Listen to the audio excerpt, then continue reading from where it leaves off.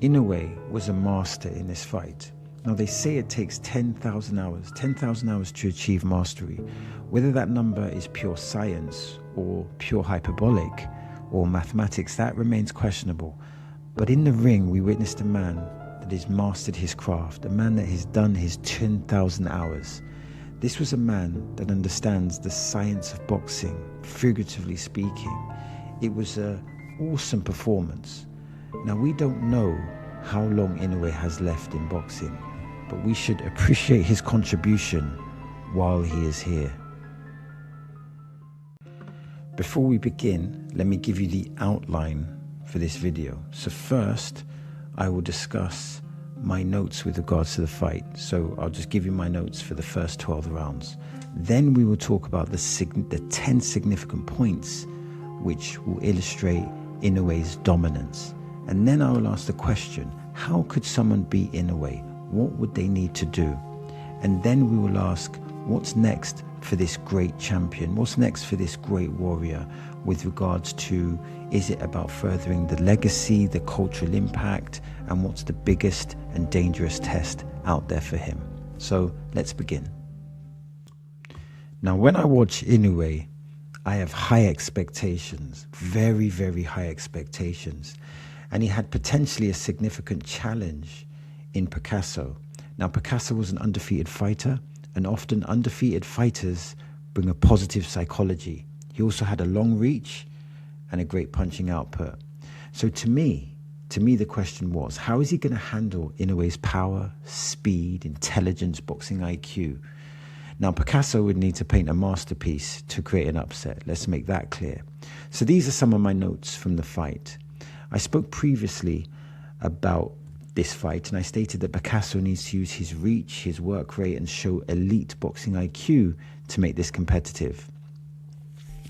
So in round one, Picasso was dipping his legs really low. That was quite peculiar. I felt like he was dipping his legs too low. I'm assuming here that the intention was to punch with authority, so to punch harder. Inoue, on the other hand, was really loose and he was feinting a lot. Inoue had a feint, then a jab, and Inoue was like establishing the jab, and then he started to establish the right hook. But Picasso, in fairness, was catching the hook. So he was catching the hook, but there was lots of feints, lots of half steps from Inoue, and Picasso was trying to apply a lot of foot pressure. But Inoue was doing a lot of what? I think it's called bumping, and this means when you circle right, and then you circle left, and then you circle right, and then left, you just keep changing the angle. Now at the end of the round, Inoue was introducing his body attack after the right hook. So the advice from Inoue's corner was to keep it short and gradual. So I'm assuming what this means is to throw the punches short, so the punches to have a short trajectory, so don't telegraph the punches. Good advice. So that was round one. Now in round two, Inoue starts the round with a 10 punch combination. Beautiful punching, beautiful balance, and then returns to a defensive position ready to counter. Now here is an important point. This is an important point. Picasso blocked the counter, but he blocked the combination, but he did not counter. That's a crucial mistake, because when a fighter lets their hands go, they need to get back to get their breath back, which optimizes your ability to get harmful counter punches. So this was a mistake. Anyway, a jab, right hook to the head, a double left hook to the body by Inoue, totally delicious. The key point here is that Picasso is not responding effectively. He's blocking, but not responding effectively. Inoue is throwing like a short left hook, which is a setup for the backhand, and a triple left hook. Triple left hook from Inoue was lovely, beautiful. Picasso lands a good right hand counter, and he needs more of that. Also, a good left hook gets Inoue's attention. Inoue at this point is looking amazing, but Picasso is providing some resistance. Now Inoue's corner is stating not to stay in the pocket, so don't stay on the inside, keep that distance, keep it at your range. So in round three, Picasso, I think, again, he's just dipping, I think, his legs too low, which is restricting his foot movement. So yes, it gives you more of an ability to take punches, but it's harder to kind of catch up with your opponent. Anyway, a jab to the body and a right uppercut, left hook to the head. It's another beautiful combination from Inoue. Beautiful, innovative punching. Picasso needs to counter the right hand. He needs to increase his jabs, and he needs to keep with the foot pressure. Now, Inoue, I just love his explosiveness. It's like he goes from gear 1 to gear 10 in like milliseconds. It's really good. Inouye's corner at this point are now asking for the left hook to the body. So that's the instructions from the corner. Now in round 4, the issue here is that Picasso's output was his advantage before the fight. But Inoue is out punching Picasso. So far the discrepancy in terms of punches thrown is like 99 to 69 punches. However, Picasso is blocking solid. His blocking is good, and he is focused. He is trying, and he still seems mentally strong at this point. He's not mentally broken down, but it's a difficult task, and he's processing that. Picasso's jab is missing, and I think that is one of the things that is affecting his output. Inoue is introducing the 1-2, with the right hand now going through the target. So he's not punching it at the target, he's punching it through the target. And on the ropes, Picasso is trying to put on pressure, but Inoue is counter-punching effectively. However, on the ropes, I think Picasso wants to put this fight with Inoue on the ropes. Now, in round 5, the lack of counter-punching from Picasso is increasingly becoming problematic. Finally, Picasso finds a counter left hook from Inoue's jab. So I think he slips the jab and then throws the left hook. Great punch. Inoue is trying to counter Picasso's left hook with the right hand. So when they're in close and he throws the left hook, Inoue tries the right hook counter. Inoue is getting more confident and more loose. And interestingly, when Inoue comes back to the corner, Inoue's team are being complimentary. And I think that's really good. Now in round 6, Picasso needs to establish his jab more. He needs to really establish his jab. And he needs to be effective in the pocket as well when they're on the inside. Now, Inoue throws a barrage of lightning punches. His combination punching is just visually amazing. And Inoue is now introducing the right uppercut to the head, left hook to the body. This is something that Canelo likes to throw. But Picasso is starting to find the target a little bit with the left hook. So he's finding a little bit of regularity with the left hook and his strong punch. Now a jab to the body, a right uppercut to the head, and a left hook to the body from Inoue is really just another innovative punch selection. And Inoue misses the pull counter, but he seems to be making a bit of a psychological impact on the fight at this point. Now Picasso's corner is telling him he won the round. That's interesting. I can't see how that's happening. The commentary at this point haven't given Picasso a single round. However, they are impressed with his resistance. So going into round 7, Picasso is just being outworked here. The reflexes and the speed, it's just making a significant difference. And, the output is supposed to be Picasso's thing. And the jabs and the combination and the footwork, it's just way too much for him at this point. Entering round 8, Inoue is controlling the range. And it's clear to me that his ring IQ or his boxing IQ, of course those terms are interchangeable, is just far superior. Inoue is making little innovative shifts, like a short left hook followed by a left uppercut, as opposed to the double left hook. So he's making some shifts in his punching trajectory. Inoue is starting to throw the right hand through the target as opposed to at the target, and this can increase the opportunity for a knockout, but it can also increase some counter opportunities. The problem here is that Picasso hasn't solved the jab problem, and he's struggling to manage the feints. Anyway, in round 9, Picasso again needs to get his jab off, and he needs to be effective in the pocket. He needs a body attack, and he needs effective counterpunching, and he's really not being effective in any of those areas, but he is still trying. Inoue is now taking the center of the ring, so psychologically he's now dominating even more, because now he's in the center of the ring as opposed to just moving around the ring. Picasso is not presenting Inoue enough problems. He has been defensively effective, but the offensive is lacking, and that is significant. Inoue is now hurting Picasso to the body, so Inoue is now making those investments to the body, and they are very, very telling. But Picasso is still trying, and his hand placement is still good, and he's trying his best. Now in round 10, Inoue looks fresh, he's in control. Picasso again needs to go through the gears. He needs to roll the dice.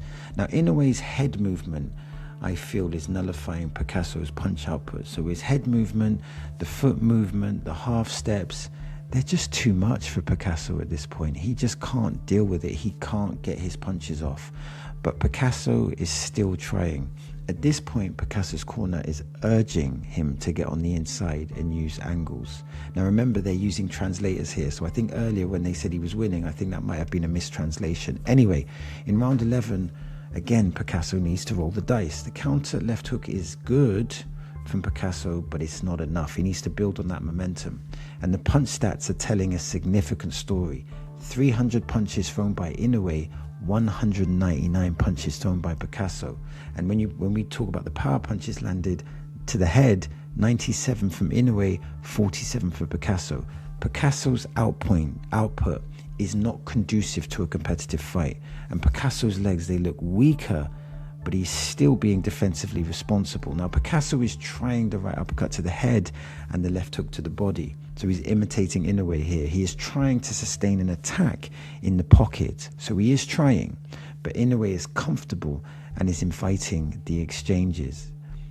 So then we go into the 12th round, the final round.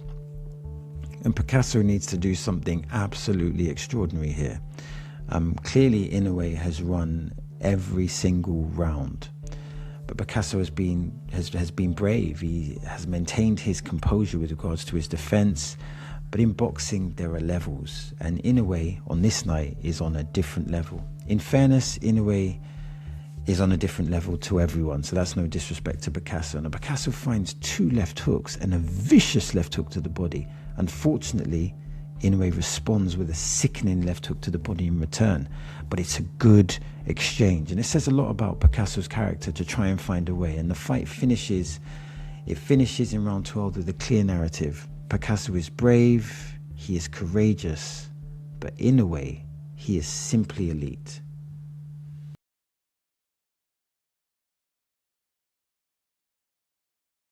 Inoue was a master in this fight. Now they say it takes 10,000 hours to achieve mastery. Whether that number is pure science or pure hyperbolic or mathematics, that remains questionable.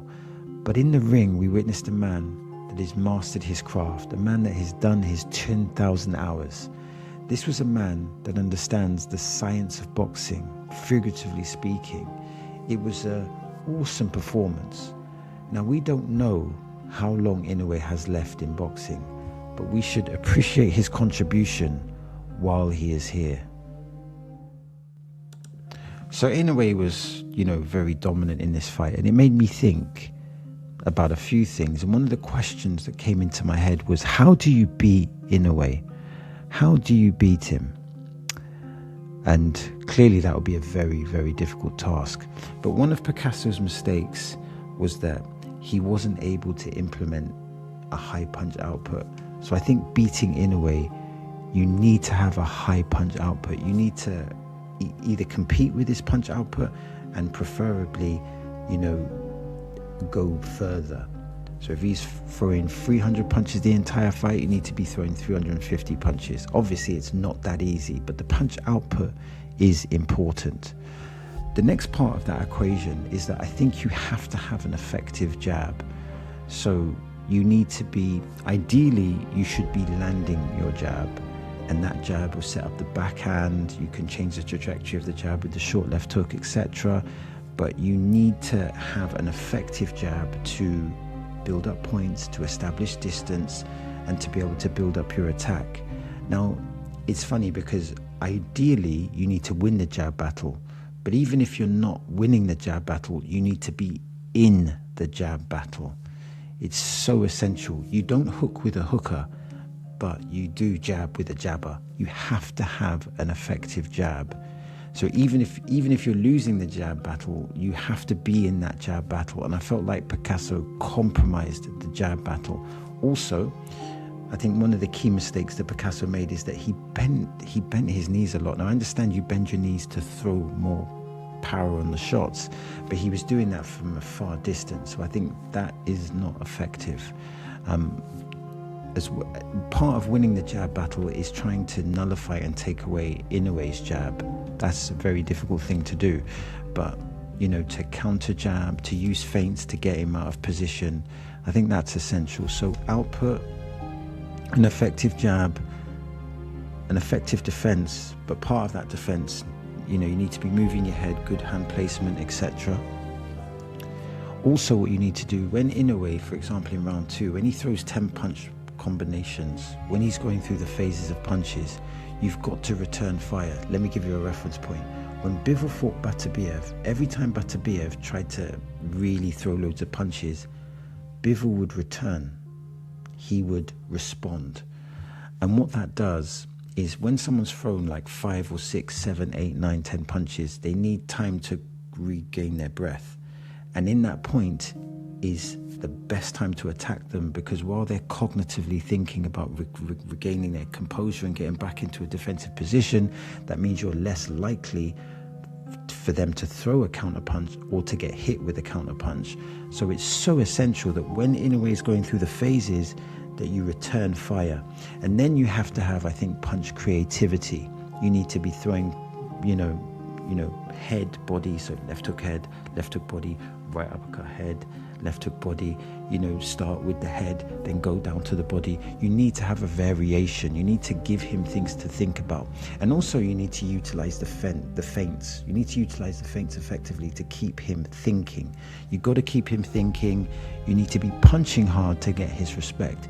Clearly, you can land a left hook against Inoue. It is possible to land a left hook against Inoue. So that's important to, if you're fighting Inoue, is to look at the Picasso tapes and why was Picasso able to land that left hook. I need to restudy the tape to look at that, but he was able to land that left hook at some points.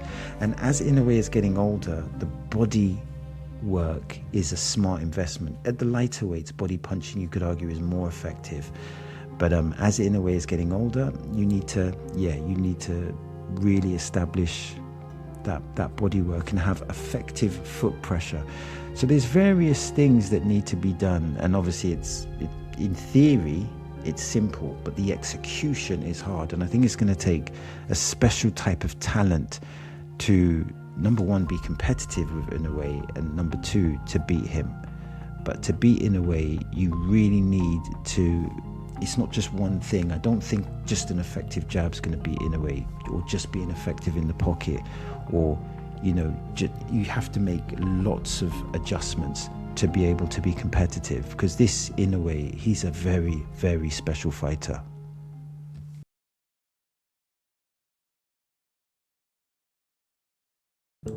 So where does Inoue go from here? Where do you go when you're so dominant? You've literally beaten everyone. You're a champion in multi-weight divisions. You've got belts upon belts upon belts. Who would be the next fight? Is there a next fight? Could you just walk off and retire as a legend? As Inoue is a legend. But assuming if he does continue, what would be the biggest fight? What would be the hardest fight? What would have the most media attention? Because those things don't always go hand in hand. The biggest fight is not always the hardest fight, or the fight that has the most money is not always the hardest fight. We saw that recently with the AJ Jake Paul situation. And I guess the question is, perhaps a fighter will look at themselves and think, what am I doing this for? Is this to continue legacy? Is this to make more money? Or is it a combination of both? Financial security within any sport at the elite level is essential, because when you're operating at the elite level of any sport, you have a short window to make as much money as possible. However, legacy, what we're remembered for, surely is important, because our cultural impact, what we do,